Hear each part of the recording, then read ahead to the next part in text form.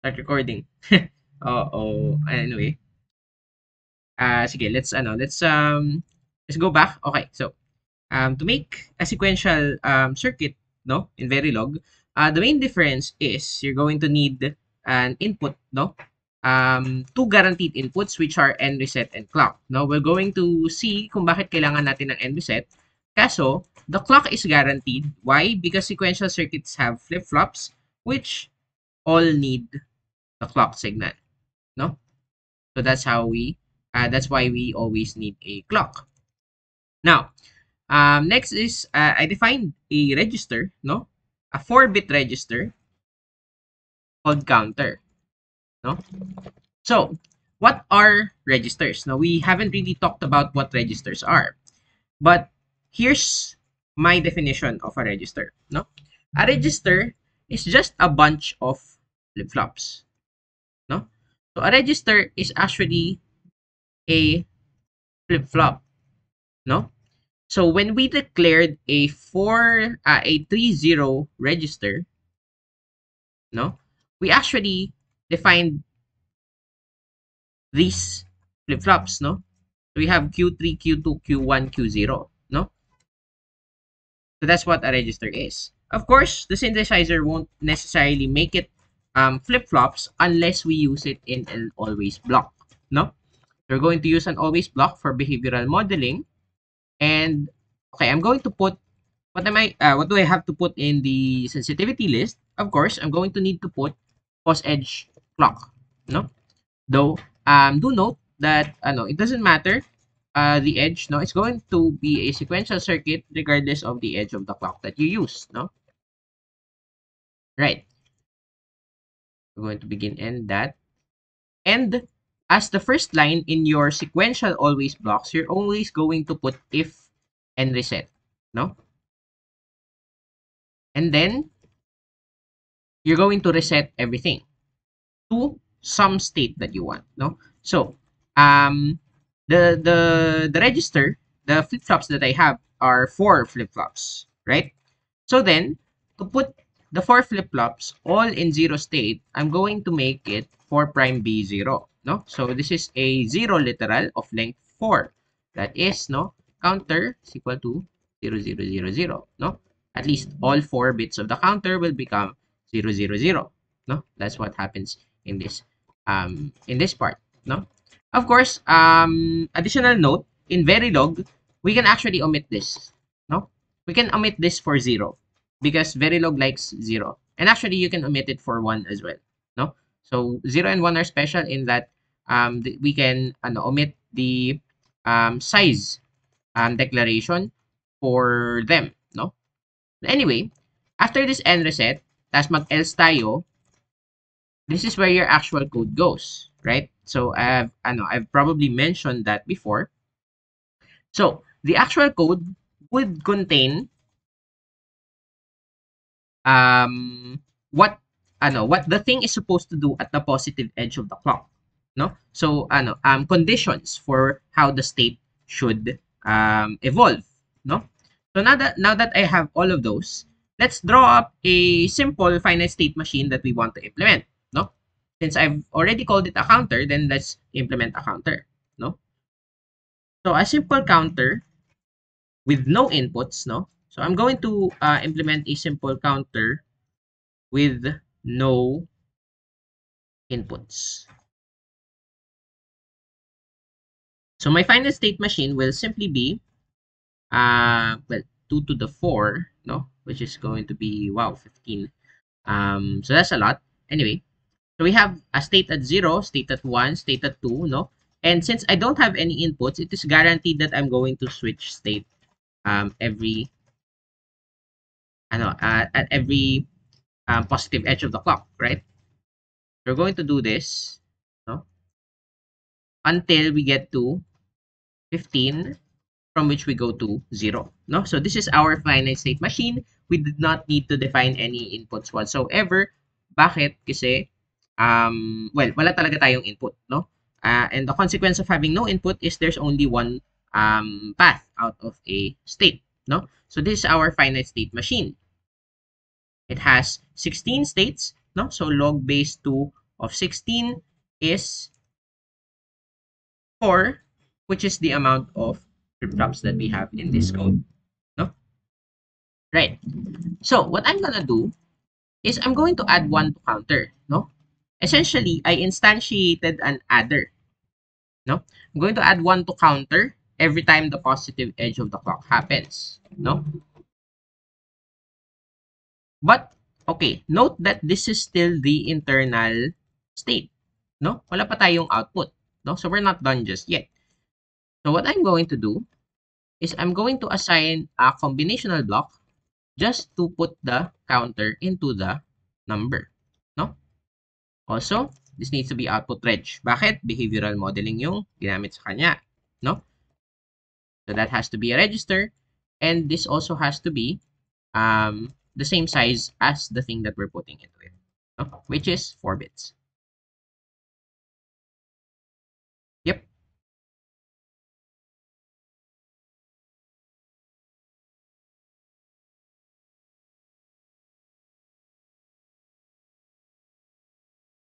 I'm, I'm sorry, can you repeat the last part?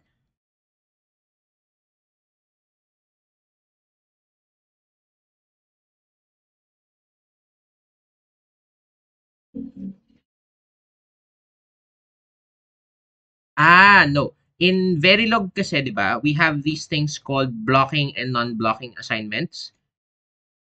Ito. So, we have that here, no? Basically, itong less than or equal na to, itong less than equal na to, actually turns into, you read that as an arrow in Verilog. You can see it, right? Parang, ano, um, ito plus ito becomes just an arrow, no? So that's how we use it in Verilog. We draw an arrow by doing this. Yeah. So it's the assignment operator. So it's in week 10. So yung assignment operator is basically hindi kailangang isipin ng Verilog in what order you do things, no? Hindi niya gagawin to, rather it's going to do all of these assignments at the same time, no? So we can go back to week 10 for your exam review if for that particular peculiarity of Verilog. Okay. So now that we have that, let's make a test bench, no? So going to make a test bench counter module. Tapos what I'm going to do is I'm going to declare the inputs, no? To the um to the to the thing that we made, no? So I'm going to declare 1-bit registers and reset and clock. Why? Because I always need them, no?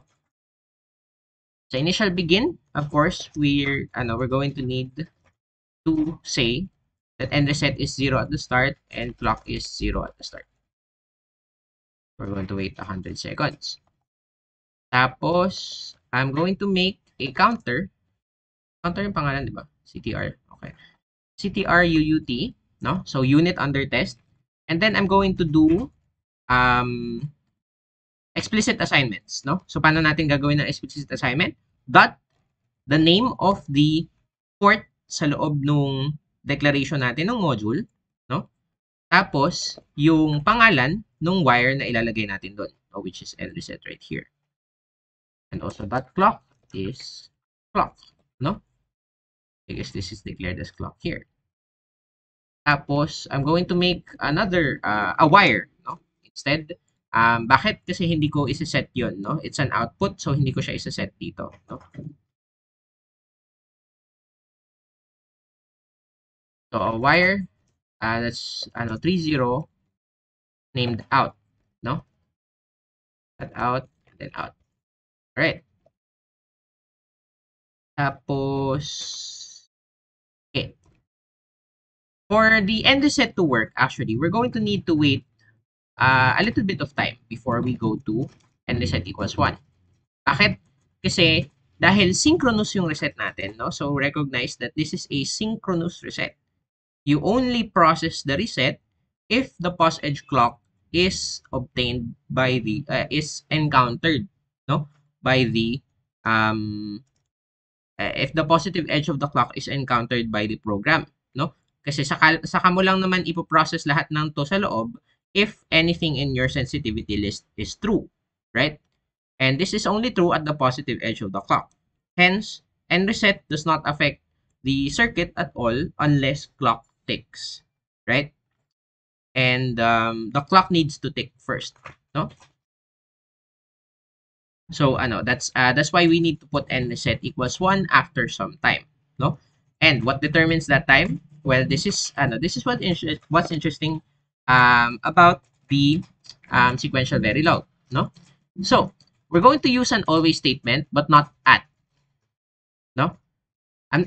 This only works in the test bench, but we're going to use an always statement and we're going to say that always we're going to always wait 10 seconds, no, or 10 ticks, no?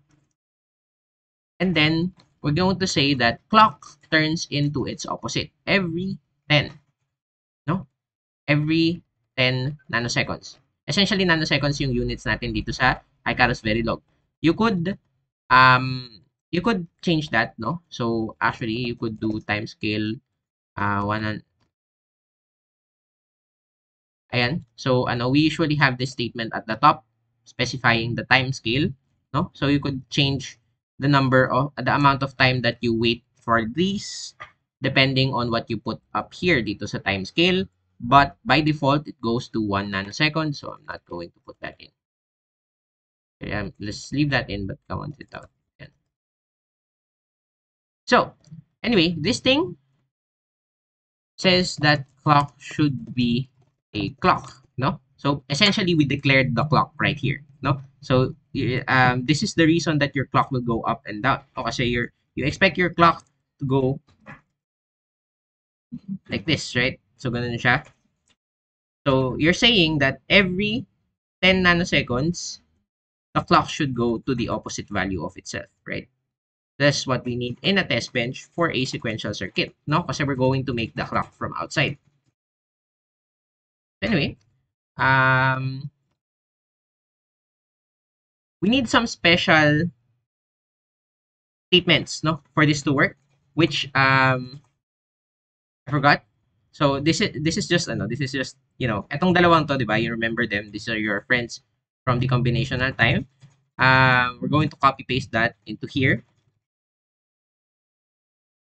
And all of these naman, basically etong dalawang line na to, it just says where the results should go, right? So it's not like it's not going to work kapag wala yan, but we're going to have no way of looking at the results kapag wala tong dalawang to, no? So we're going to need these directives, no? So we call these directives. Yan. So those are the directives for output directory. And with that, this should work.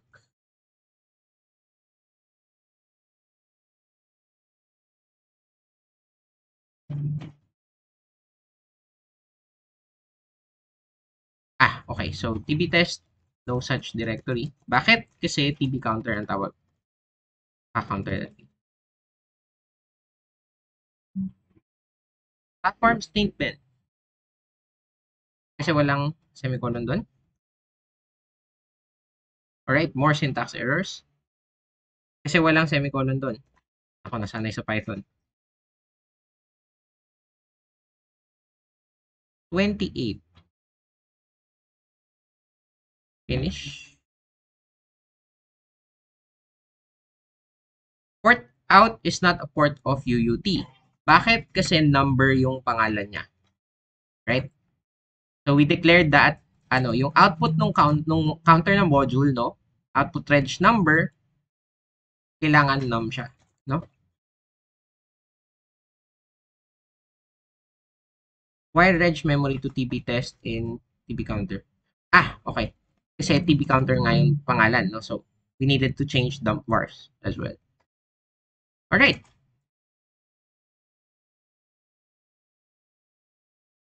So with that, if we inspect the signals from outside, we're going to see this behavior, no? Um, hindi sila lumalaki.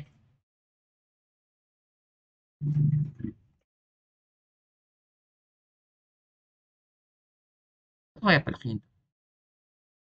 Well, anyway, if it's visible naman, I'm just going to keep talking about it. But you can see here, no? Okay, so one thing, the clock, no? So you can see that the clock works. So it goes up and down, no? Kasi we said that actually hindi pala 1 nanosecond yung default, no? It's actually 10. It's actually 1 second pala. But you can see here, no? So sinabi natin end reset and clock start at 0, no? They're outside stimulus. Tapos we give the pause edge clock here, no? So we give the first pause edge clock. And that's the reason why we put end reset at 15. We don't want to put end reset to 1 before this. Because okay, so let's see what happens later kapag nilagay natin si end reset too early sa synchronous reset. But anyway, the positive edge of the clock ticked, no, habang end reset is 0. And what did we say should happen in that case? So at the positive edge of the clock, if end reset is 0, the counter should reset to 0, no? So at first, the simulation was unsure what the register values were, right? So as we've mentioned in class before, if you turn on your circuit, you're not sure what the flip-flops outputs are going to be, no? Because it's random, really, right? It's going to be affected by noise. That's why we want the reset button. And when we press the reset button, no? So it becomes low. Tapos sabi natin dito at positive edge of the clock, which means it's a synchronous reset, then it resets to 0, no? And at every positive edge of the clock, the count increments by 1. Bakit? Kasi we said counter increments by 1 at every positive edge of the clock, no? So this is how we made a simple counter. Now, some things about this. Okay. So, we waited 100 seconds for it to finish. Now, let's wait 500 seconds, no?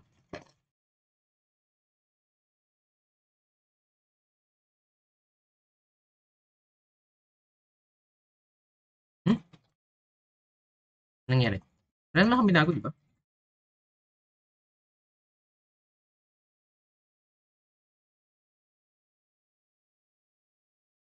May binago ba ako?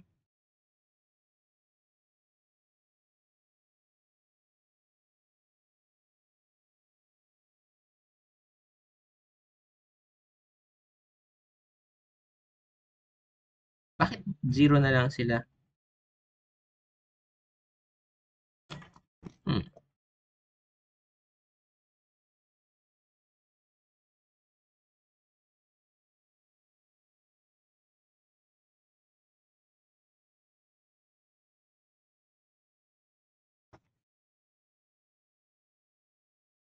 Yun, okay. We were just too far zoomed out, apparently, is what was happening.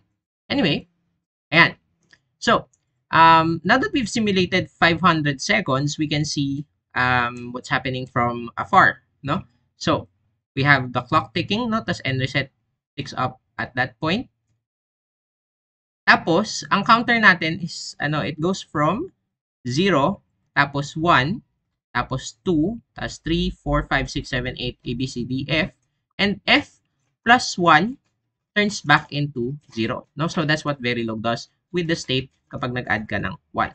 No? If we synthesized it, it probably gives us a full adder for this. No? And as I said, it's acceptable to just put 1 instead of 4 prime B1 kasi Verilog likes the numbers 0 and 1 and so it automatically processes those. No? Right, so that's it for the counter. No? So that's the basics of the difference really between behavioral Verilog and sequential Verilog. No? So, sige, we've implemented this one. Now, let's implement something else. No? So let's implement actually let's implement something from a previous lesson. No? For example, this thing. no? So ano ulit ginagawa nito? This is our 111 detector, right? So, when you have a finite state machine and that you want to create in Verilog, no? Then of course, we first draw the finite state machine. Tapos, we're going to transfer it into Verilog, no? So, let's do just that. No? So, we're going to do that in Verilog. Yan. So, I'm going to name it 111.v. Tapos, sige. I'm going to copy yung counter. No? Tapos, I'm going to edit that. Yung boilerplate natin, as you may call it.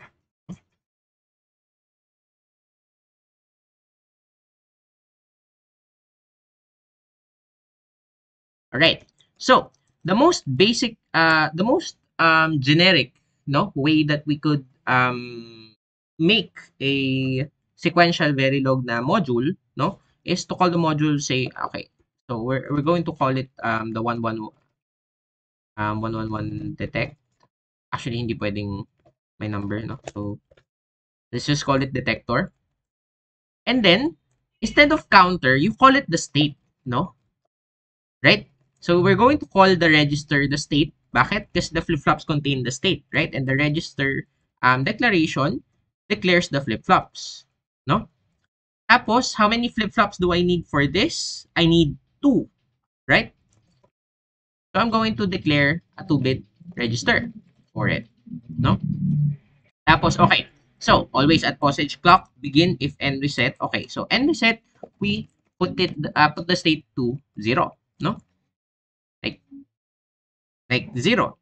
I mean, we can put it anywhere, but it's easiest to put it to 0. Bakit? Kasi, well, most registers are resetted to 0, no? But, the synthesis tool na lang yung bahala dun. So, you can actually, like, reset it to state 1. But, of course, ang mangyayari dun is, upon startup ng program, kapag naka-encounter siya ng 1-1 kagad, then, going to make the output 1 immediately, no? Um, which is not really what you wanted, no, to begin with. Kasi kailangan mo ng tatlong ones, di ba? That's what we wanted in the first place. Anyway, so end reset state 0, that's boilerplate, no, really, that's this is a template already. We just put everything to 0 upon reset. Tapos, ang gagawin ko, I'm going to make a case statement, no?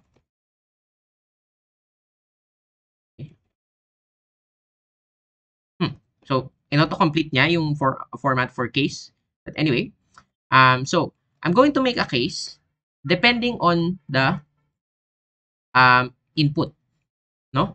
So, ano ba? Okay.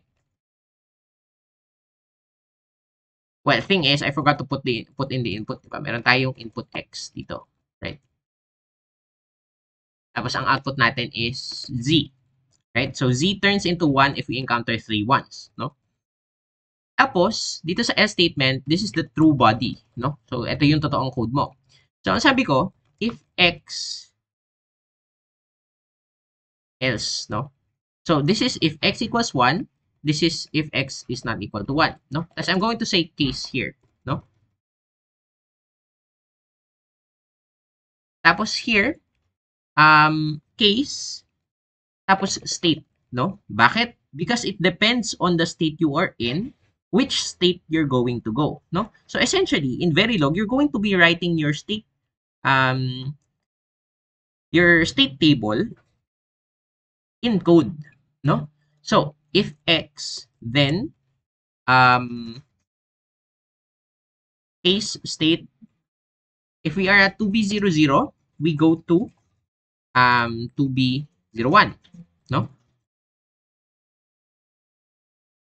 Okay. So, we also need something called the next state, no? Actually, no. We don't need to do that. We can just do state, no? So, state. Ayan. So, this is the most basic way to do it. Ayan. So, naubos na tayong space. Ayan. So, if state is 0, 0, then we turn the state into 0, 1. If 0, 1, we turn the state into 2. Into 1, into 2 pala. Actually, you don't need to do this in binary, no? We can just make it decimal. So, at state 0, state 1,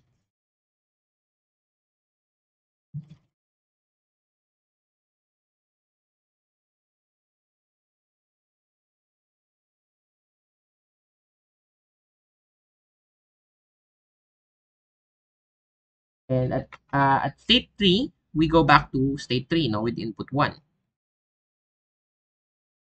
Alright.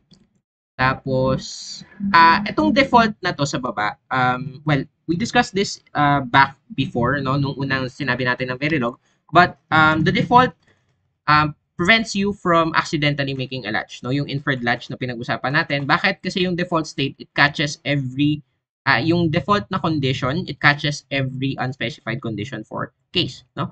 In this case, though, wala naman tayong undefined na case, so we're going to remove the default case. No? Right.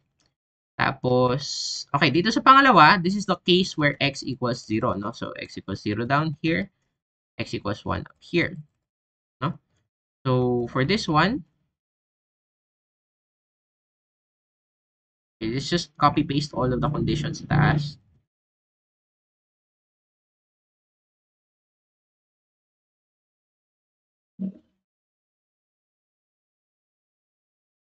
And then, okay, so, if x equals 0, of course, if we encounter a 0 dun sa 0 detector natin, then we reset the number of ones that we've seen before, no? So, yung running 1 count, essentially, goes back to 0, no? As per this state diagram, state diagram na, no? So, the state diagram is really all you need to look at, but, you know, it's sometimes faster to think about the behavior of the circuit itself to when you're coding, no? So, x equals 0, 3 goes back to 3, else everything goes back to state 0, no? So, this is that part. But we also need to so nakuha na natin yung state transitions, no? So that would be the behavior of the circuit na. But we need to define what the output, no? We need to define the output. We need to know what happens to the output, right? So, ang gagawin natin, so if x equals 0,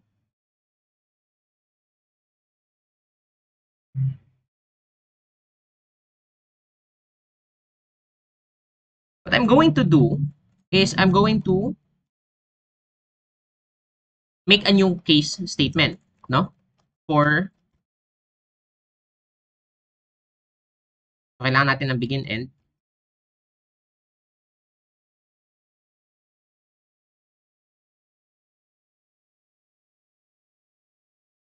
Yan. And I'm going to make two case statements, no? So of course, the output depends on the input and the state as well. Tapos, yung output naman ang i-set ko dito.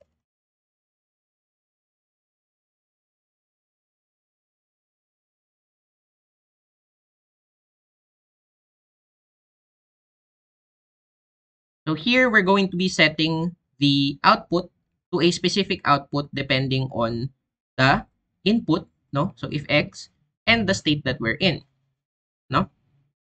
So, at 2 prime D0, input 1, we output 0. 2 prime at state 1, no? We still output 0. At state 2, we still output 0. State 3, we output 1. And, well, we need to remember to remove the 2 prime D.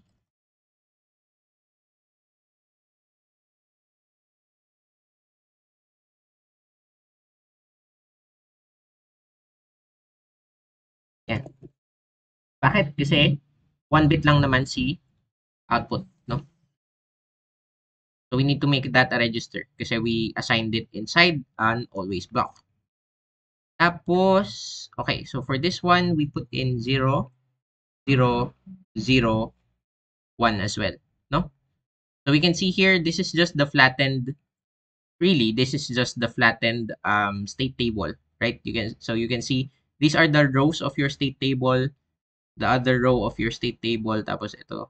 So this is the first column, the second column of your state table, tapos ito yung rows ng state table na finlatten natin. We just put it into the case statements, no?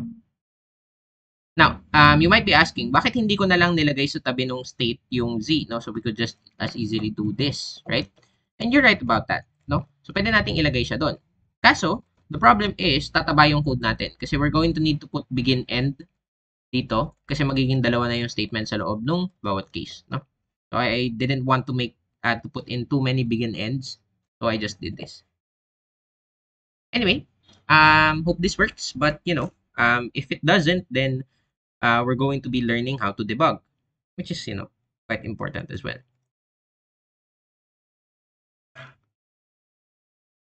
Ang tawag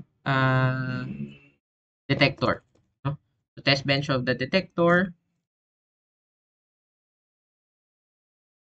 Okay, so we don't need to see the state diagram anymore, so I'm going to close that. So we're going to make the test bench for the detector. The output is now just a single bit.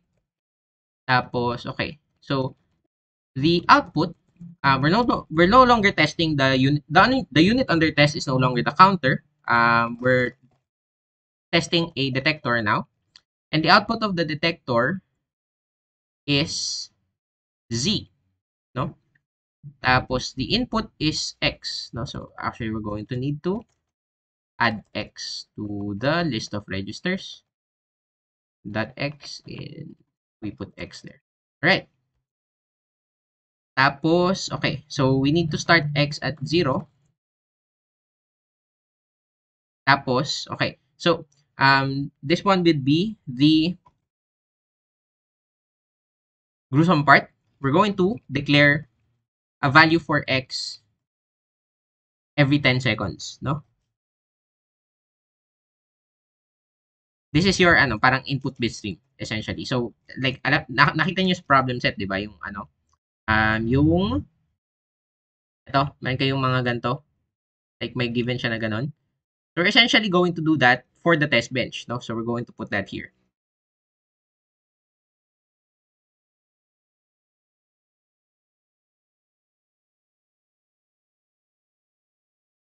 And then we're going to make 50 more seconds after that just to show na hindi siya nagbabago.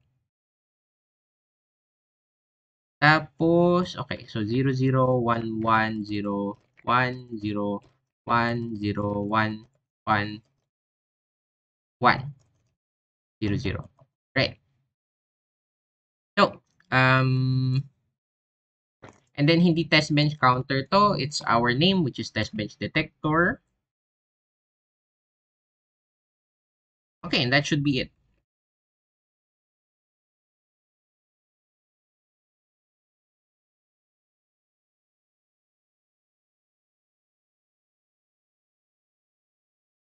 So remember to change the names in the Verilog thing, and then we're going to press enter.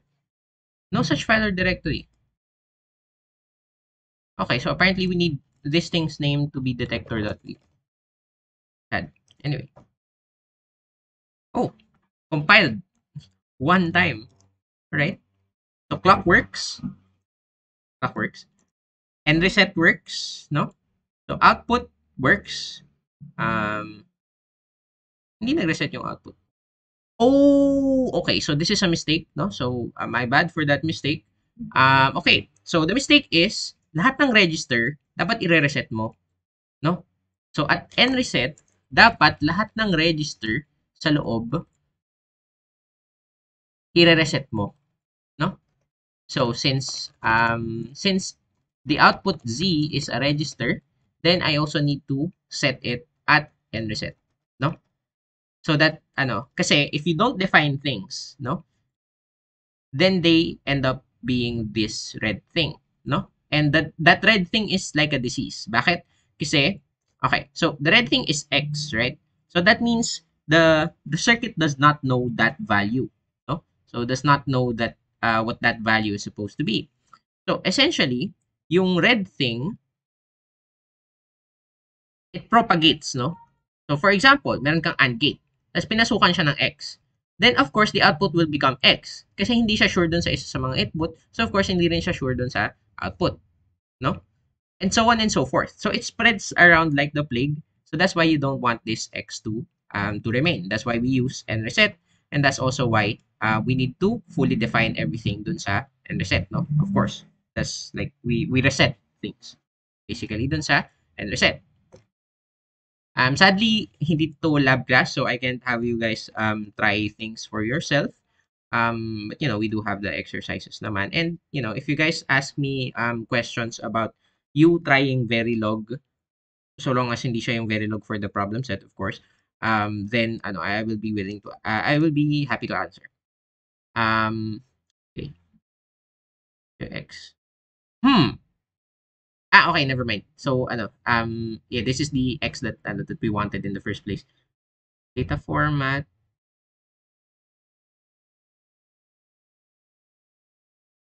Wala bang ano, parang magandang way para makita 'to? Anyway, so ito si X, tapos yung output is 0. Then we encountered a 1, 1. So we made it 1 for, ano ba 'to? So this is at 115 to 145. So this is actually 130 seconds to 1 siya. Kaso, yung clock natin is sobrang bagal, no? So, okay, that's a problem. We need to have it ano detect so gusto ko kasing haba ng isang clock cycle 'to, no? So the period, no? So the clock period is 20 seconds, no? So we can see that because the clock um turns every 10, no? So sige, let's actually half the clock period instead, no? So we're gonna make the clock period 10 seconds now instead. So what this is gonna do, ayan, okay. So now, dahil kinalahati natin yung clock period, now, okay. The problem here is the clock is now in sync with the edges of our input. So sometimes medyo unrecognizable whether or not it's up or down at any given point. That's why we use 10. Anyway, let's just use 10. Tapos we're going to change these na lang.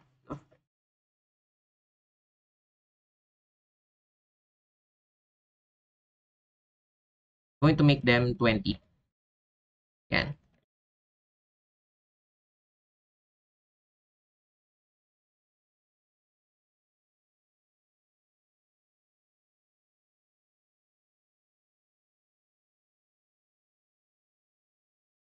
Right. So now that we've made them 20,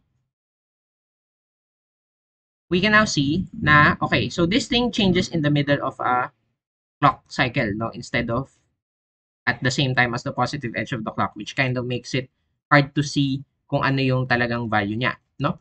So anyway, so let's see, let's look at the behavior of the state diagram that we implemented, no? So, available na yung circuit from this point on, no? So active na siya at n reset equals 1, no? So essentially n reset is enabled, or it's not reset. Tapos it's going to start detecting things, no? So here nakakita siya ng 0, here nakakita siya ng 0, here nakakita siya ng 0, here nakakita siya ng 1, no? Okay, so 1, then we're going to state 1, no? Okay, actually we need to I need to show that too, no? So eto, this is our state changing, no? So here, okay, nakakita siya ng 0. Tapos dito nakakita siya ng 1, no? Tapos ano sabi natin dapat mangyayari kapag nakakita ng 1? Kapag nakakita ng 1, we transition to state 1, right? So we are at state 0, nakakita tayo ng 1. So we transition to state 1. no? So, nandito na tayo. Tapos, at the next positive edge of the clock, we also see a 1 dun sa input, no? So, we transition to state 2. Tapos, okay, at the next positive edge of the clock though, nakakita tayo ng x equals 0. So, we reset the counter, no? So, we this path back to S0. Tapos, okay, so at the next positive edge of the clock, we see that x equals 1 ulit. So, we're back to state 1, no? And you really, you don't have to track it here. Bakit? Kasi nakasulat dito, no? Exactly what state the thing is on. Because that's how we implemented the Verilog thing, right? Nasaan na yun? So, here, no? So, this is just your state table. And because the state table is one-to-one with the state diagram, of course, the circuit will have all the information of the state diagram, no? So here, naka-encounter siya ng 1 ulit, so it goes to state 1. Tapos naka-encounter siya ng 0 ulit, so it goes back to state 0. And then, here, I put in 3 consecutive ones on every positive clock edge, no? So positive clock edge here detects a 1, so increments the counter. Here, also detects a 1, so it increments the counter. And here, also detects a 1, so it increments the counter again, no? So ngayon, here, 1, 1 na siya. Tapos, output becomes 1. Output becomes 1 kapag, ano na, at the next clock cycle, which is kind of, this is not to spec, no? So, this is not what we want. We want the output to be 1 exactly as the state is 1, 1 na, no? So, sige, let's try to fix this one. So, the problem here, right, is we got to state 3, kaso the output is still 0, no? Bakit? Kasi blocking yung statement. So, we got to state 3, kaso, ang nakita natin is, di ba, nasa state 2 tayo nun, no? Tapos nag-transition tayo to state 3. Kaso, because Z is a register, then, what happened was, it turned into 0, no? So, it accepted 0, kahit state 3 na yung at the next clock cycle. Kasi ano eh, dito nangyari yun eh, di ba? So here, ang logic ng circuit is, okay, so ang logic ng circuit na dinadaanan niya, so ang logic na dinadaanan ng circuit is, so at this point in time, makita niya, okay, we're at state 2, so we're going to state 3, no? Kaso, at the same time, yung logic na nakikita niya for the output is ito, no? So we're at state 2, so we must put in 0 for Z, no? So Z was 0 for this time. So the way to fix that actually is we're going to remove the Z being a register, no? So we're going to remove Z being a register. Though, okay, this is just parang refining the solution now. So, sometimes the specs will allow for this, no? It really depends on what you need to do naman, right? Kasi we've said before na the clock is 1 gigahertz. So even if your output is delayed by 1 cycle, then it doesn't matter sometimes. But for some other cases, no, or for some specs, we would need it to update as soon as maging 1-1 na, no? So we're going to make a combinational circuit that sets the output depending on the state, no? So we're going to put a case state sa loob na itong combinational na block na to. And I'm going to say, so depending on the state, I'm going to set the output, no?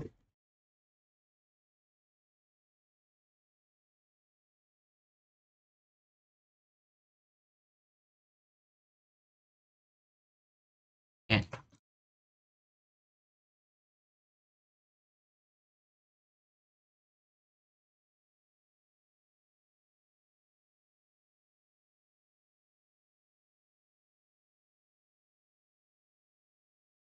Yan. So here, ang nangyari lang, ang nagbago lang dun sa circuit is the fact that now, the output is set at 1 as soon as this thing is 1, 1. No? So that's one thing about this circuit. Tapos, okay. So now that we've fixed that, no? And actually, okay. I'm going to say this, no? But it's recorded naman, no? So it doesn't matter how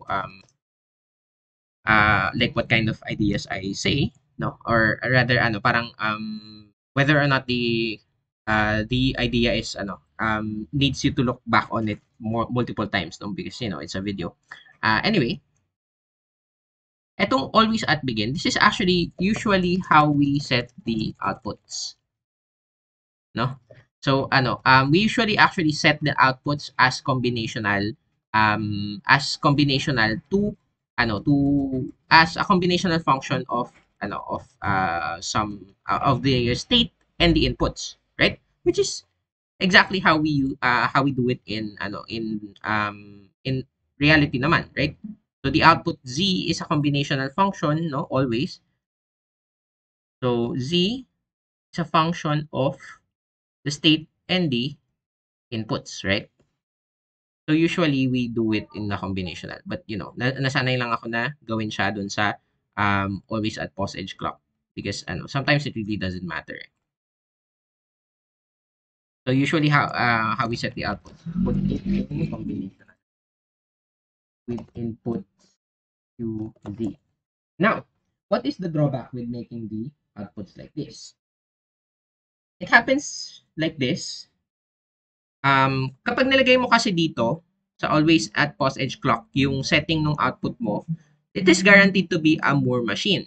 Bakit? Kasi your output will only change at pause edge clock, no? So it only depends on the current state, no? Like it will only change at the same time as the state changes, no? So it will never actually parse or depend on the input in real time, right? Kasi X is not part of this, no? X is not part of the sensitivity list. You may say, okay, the state is not part of the sensitivity list either, but the state completely depends, like the state only ever changes at pause edge clock, right?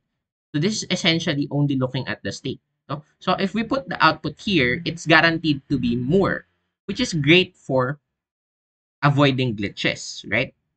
So what I'm going to do is I'm going to introduce a glitch by making this a melee machine. No? So Moore machine to dito, right? It's only one at state 3. Kaso, dun sa example natin sa slides, they made it a melee machine, right? By making this S2 to S3 thing 1, no? So now I'm going to implement this in Verilog. And okay, what's the difference? Etong output block natin, I'm going to add the X condition as well.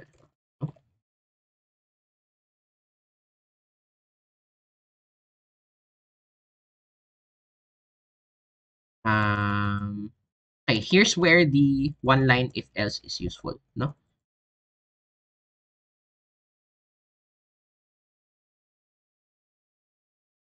So if X 0 or 0, actually, medyo lame yung kinalabasan ng if else natin dito sa taas kasi 0 or 0 lang siya. But, etong, nasan ba tayo? Dito sa baba. So for state 3, doesn't matter what the input is, right? It's going to be 1 no matter what. Kaso sa state 2, if X is 1, then 1 na siya. Right? So if X is 1, then 1 na siya. If X is 0, then 0 siya. No? So yun siya. So dito sa state 2, nagmamatter yon. And I'm going to compile. Let's see what happens. No? Right. So, we see immediately my glitch. Ayan o. Nag-bloop siya doon. Bloop. And, okay. So, what happened here? Okay. State. Yan. State. So, okay. Think, pause edge clock encounters 0. So, still state 0.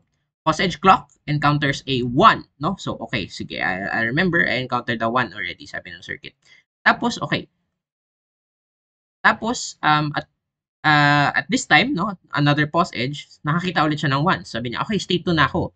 Wait, but you told me that if I am at state 2, tas nakakita ako ng 1, edi 1 yung output.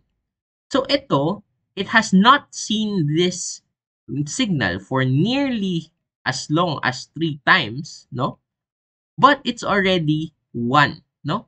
So, for the message reading example, no? Like if this were yung handshake natin, no? So, for example, yung um start signal, no? So, meron yung synchronous communications natin, no? So, meron tayong start signal, tapos ito yung totoong message. Then, if Z was your listen signal, no? Para dun sa nagli-listen na USB port or I2C na port or something, no? Then it will accidentally listen here, no? So that's the problem with with making well, with making one mealy machines and two with making this combinational. Of course, it doesn't really matter if yung condition mo lang dito is case state, no? If you completely isolate it from the input. But because input is not synchronous, no? So input can change at any time. Then we put in the input here. Then of course our the Z can change also at any time. Kasi yung sensitivity list niya is literally everything. Tapos X can change at any time, no? So that's what happens there. Right. So yeah, with that I guess I'll end the Verilog crash synchronous Verilog crash course here. But I'll remain here for two things, no? So, um I'll remain here just in case you guys want to try to implement the same thing that we just did. Um so for your questions, no? So parang we're going to be doing like a doing it like a lab class, for example. Tapos also I'm going to be staying here just in case So you guys can suggest me a spec, no? Na gusto nyong i-implement or gusto nating i-implement in terms of a finite state machine, and I'm going to be trying to code it, no, for the rest of the 30 minutes. No? So with that, well, wala naman tayo attendance today, so no, so you can leave anytime, but feel free to ask questions or suggest some circuit that we're going to make. Of course, you can also take your time and try to implement something like this because you guys have the iVerilog working naman na, right? Because that's one of homeworks.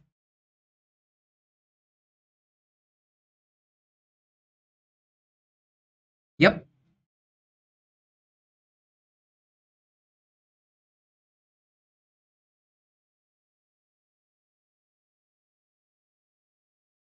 Ah, hindi kasi to dulo eh.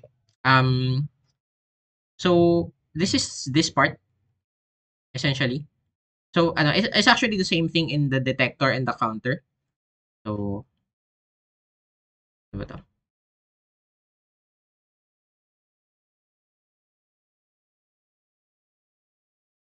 So it's the same thing in the detector and the counter, no? So ito at 15 seconds and reset turns into 1. Ito at 15 seconds and reset also turns into 1. The thing is, sobrang mas malapit lang yung finish dito in terms of the lines kesa dito.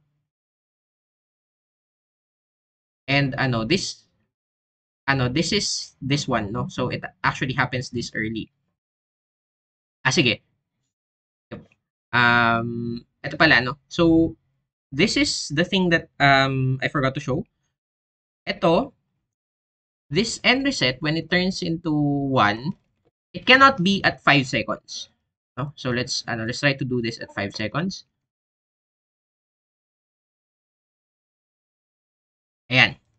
So yung output natin is jeopardized and our state will also be jeopardized, no? So naka don't care yung state natin or rather an unknown value. Kasi yung end reset natin nilagay natin dito. Now, why is that? The thing is, right? Dun sa counter natin,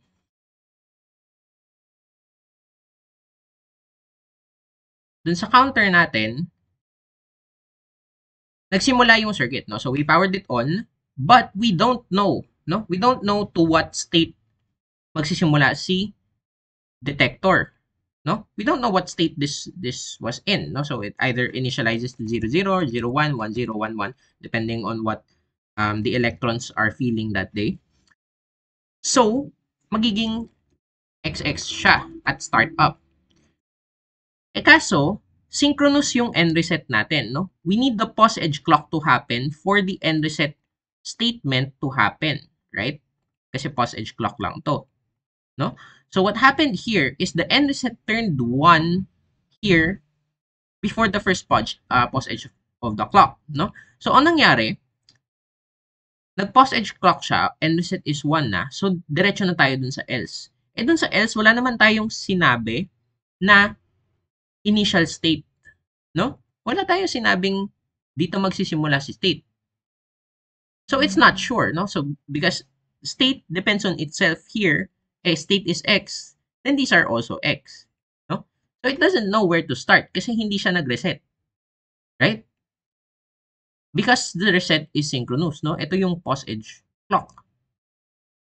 So the way to fix this is something mentioned in the week 12 slides, no? It's the um it's adding an asynchronous end reset, no? So either you wait for the first pause edge clock with end reset still 0, or you add an asynchronous reset, no? So if we add an asynchronous reset by simply adding the reset to the sensitivity list, we're going to get the function, the circuit to function as well as it used to, no? So you can see here the state now turns immediately to 0. You know.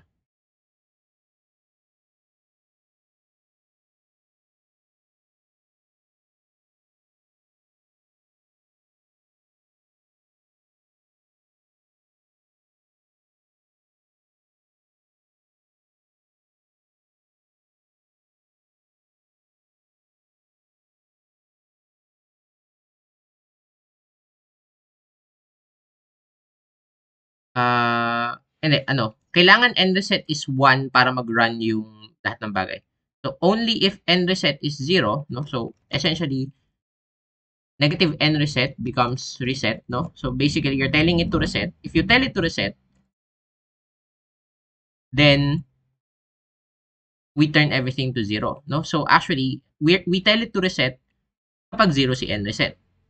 Kasi it's negative reset. So, that's only when we reset. So, essentially, when end reset is 1, the circuit can function as normal.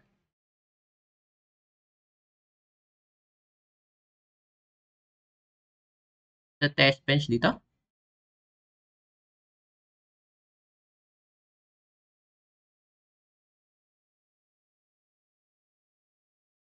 Yes.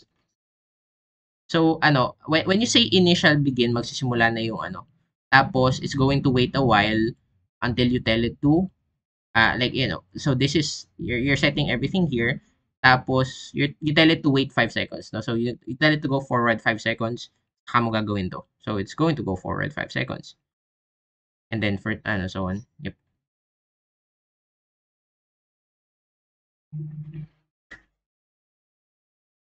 Right. So, with that, I'll stop the recording now.